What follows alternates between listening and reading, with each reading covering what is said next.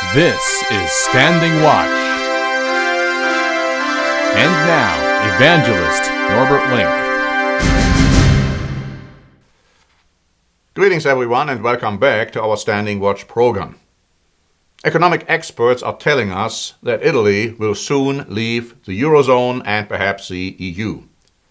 And even before this referendum was taken place last Sunday, which Mr. Renzi lost, several newspapers and magazines already prophesied that Italy will leave the Eurozone. Here's an article by the Financial Times, dated November 20, saying this: after Brexit and Donald Trump prepare for the return of the Eurozone crisis, if Matteo Renzi, the Italian Prime Minister, loses his constitutional referendum on December 4, which he did, I would expect a sequence of events that would raise questions of Italy's participation in the Eurozone.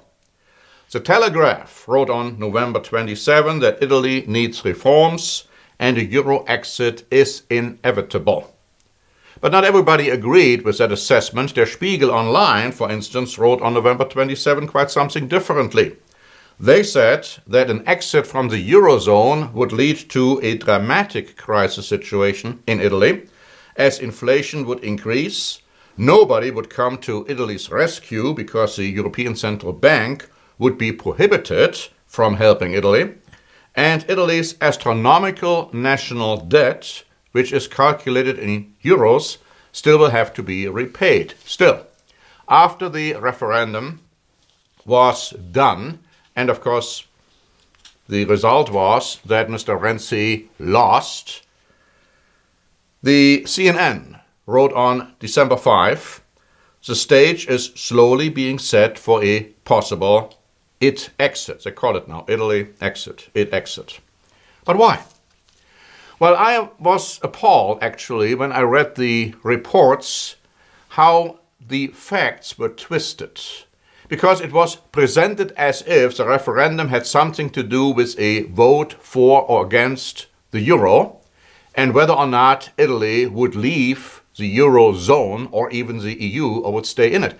See, the referendum had nothing to do with that. Absolutely nothing. It was not even an issue. It had to do with the fact that Mr. Renzi wanted to have more power, and he wanted to take power away from the parliament. And of course, then there were other quote-unquote reforms, and nobody quite fully understood what they were. The Local wrote on December 5, if it's uncertain exactly what the electorate were voting against, the establishment, Renzi himself, or the reforms on the table, there is even more confusion over what Italians were voting for. Italy is still a long way from fresh elections, let alone questioning its membership of the EU or the Euro.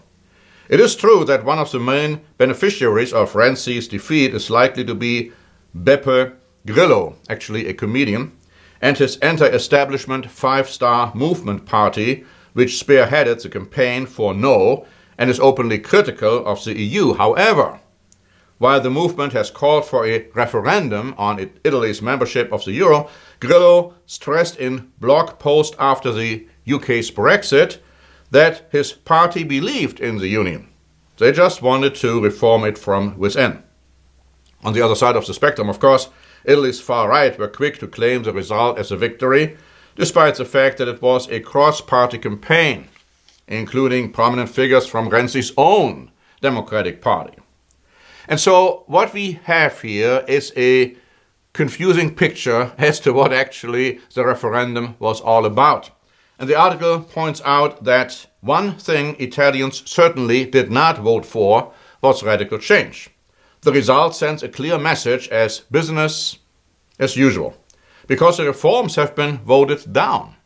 Paradoxically, the decisiveness of the result means we will likely see less uncertainty than might have been expected. Now, if you listen to the American news, if there is any about this topic, they pretty much all talk about this was about the euro and Italy will leave the Eurozone and the Eurozone will collapse and the EU progress and program and project is over and everybody will go back to their currencies. That is absolute blatant nonsense, my friends. Those people who are saying that have no clue.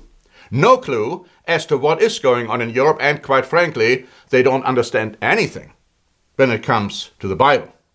You see, you got to look at this from a biblical perspective. And the Bible tells you very clearly, if you understand it, that a European Union will form in those last days. And the European Union will ultimately consist of 10 nations or groups of nations led by a very charismatic political and military leader who is going to work hand in hand with a religious leader.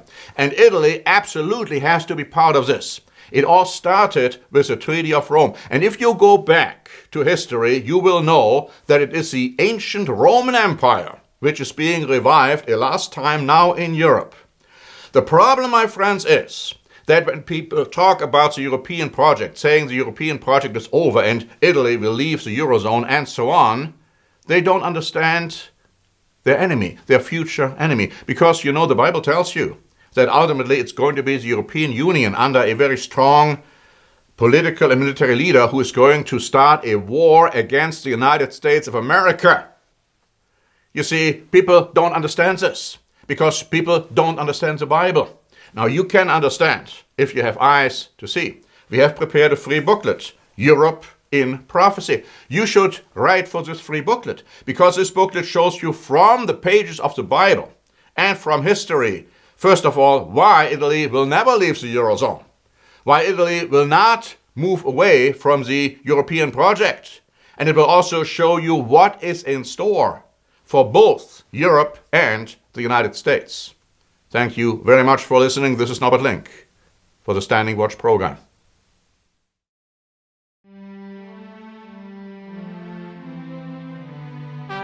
Standing Watch is a presentation by The Church of the Eternal God, P.O. Box 270519, San Diego, California 92198. More information is also available at our website, eternalgod.org.